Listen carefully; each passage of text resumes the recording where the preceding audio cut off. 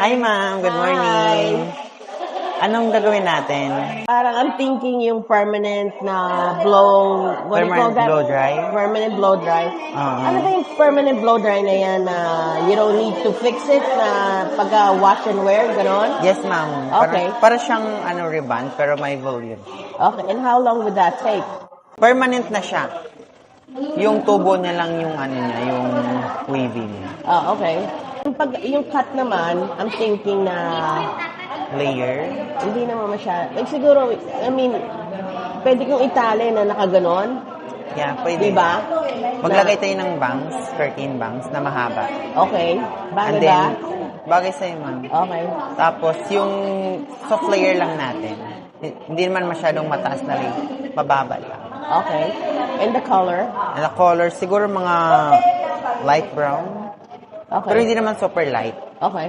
Parang katulad sa akin. Okay. And easy to maintain? Oo, easy to maintain. Okay. Sige po. Kamusta, ma'am? Perfect. Perfect. I love it. Yan. Yes. Ganda. Yeah. So, disclaimer lang to sa manonood. Ano lang siya, nakapaloob lang to. So, ayan, ma'am. No wash ka muna ng 2 days. And then, alagaan mo siya ng fora.